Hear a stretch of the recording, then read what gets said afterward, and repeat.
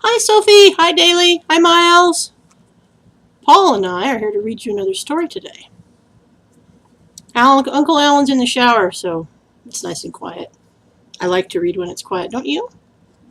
Today our book is called Morgan and Me. You can see this is very old.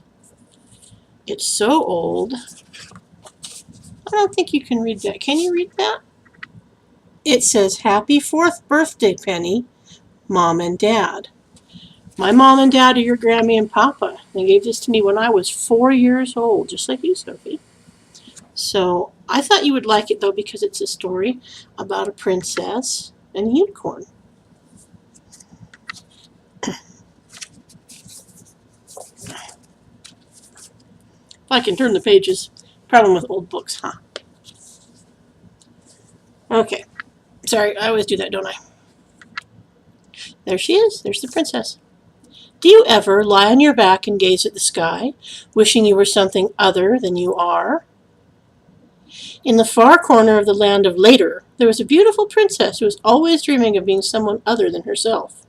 When her chores in the castle were to be done, she could be found lying on her back, dreaming of paupers, princesses, and dewdrops.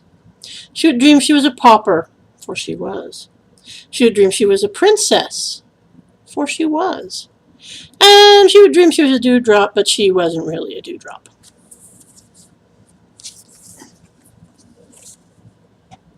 One day, as she was watching the clouds puff and billow across the sky, her father shouted at her from the castle. I have told you before to clean your room. Now I find you've done nothing all day but dream. I'll be there in a minute, she shouted, but instead of minding her father, she decided to take a walk in the woods. I don't need to clean up my room right now, she thought as she walked along the path. I'll do it, but just a little later.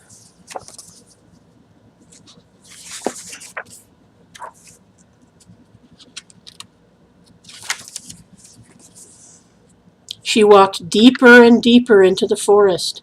The trees made a beautiful canopy over her head. See how pretty? The moss at her feet felt like a velvet carpet. I should go back before I get lost. I'll go back, but just a little later. She walked on and on into the forest. I should find something to eat, for I am so very hungry. I'll look for food, but just a little later.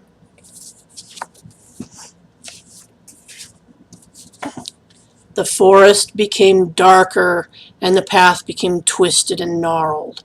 Branches were tearing at her clothing, but the little princess knew the path must be prettier up ahead. Besides, she could always turn around and go back later. As she walked farther, the dark shadows began closing in around her.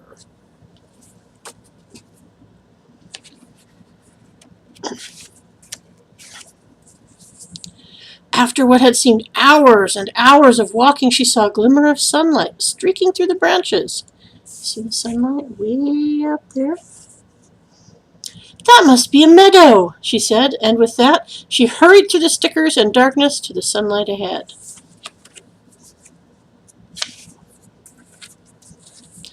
Happily, she stepped into the clearing. What a beautiful meadow, she thought. There are flowers growing in every corner. And the clover! Just smell the clover! The princess was absolutely delighted. Never had she seen anything quite so beautiful. She was still hungry, and she knew she had to get home.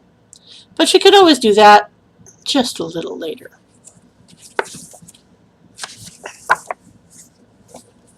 She was having so much fun that she had run around the meadow nearly 4 times before she noticed a large shape leaning against a tree.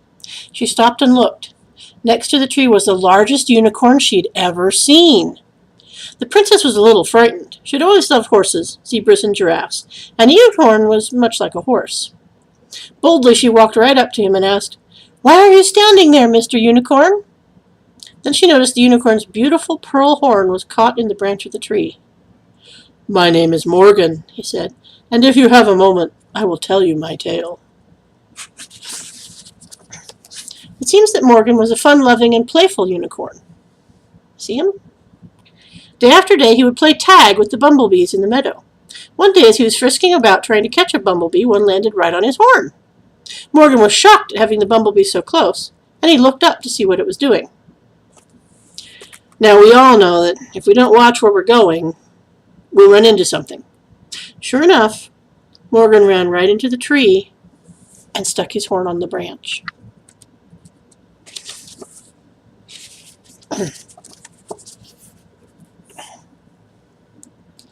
Desperately, the bumblebees gathered around and tried to set Morgan free, but it was to no avail. Morgan was left all alone in the shadow of the tree, helplessly stuck.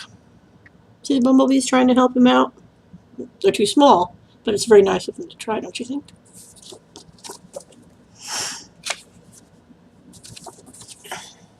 Morgan asked the little princess if she would free him. If she would only help, Morgan promised to be hers for all of his days. The princess thought for a moment, and she said, "I'm sorry you got stuck in the tree, Morgan. I know I should help you, and I will, but just a little later."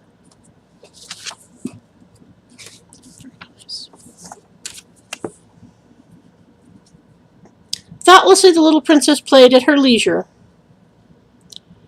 and when she became bored, she decided that she would help Morgan. She found a very thorny rose bush and carefully broke off a branch. Gently she climbed up on Morgan's back and, using the rose branch as a saw, began to cut through the limb. At last, Morgan was free. Morgan was very grateful. Even though the little princess had taken her time, Morgan followed her obediently through the clover. The little princess was having so much fun that she didn't see the lily pond in the middle of the meadow.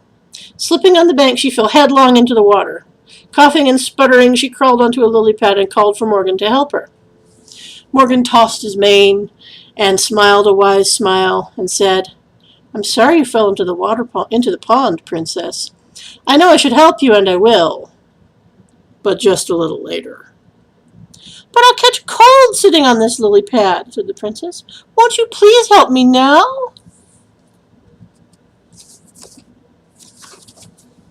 Kind of serves her right, doesn't it?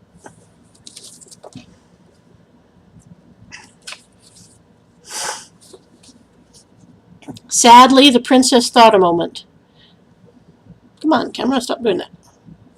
Then she remembered all the times that her father had asked her to clean her room, and she had always put it off until later.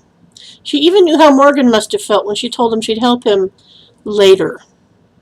With a tear in her eye and a lump in her throat, she said, "Morgan, I'm sorry for always living in the land of later. Please help me. I promise to always do what should be done now instead of just a little later." Morgan nodded his head and slowly lowered his great horn so the princess could climb from the water. Then, and forever after, Morgan and the little princess were the closest of friends. Now, when the princess and Morgan have finished all their chores... Come on, camera, stop doing that.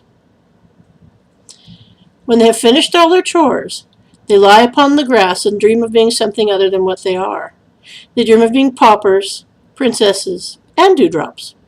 And sometimes, just so he won't scare anybody, Morgan doesn't wear his horn.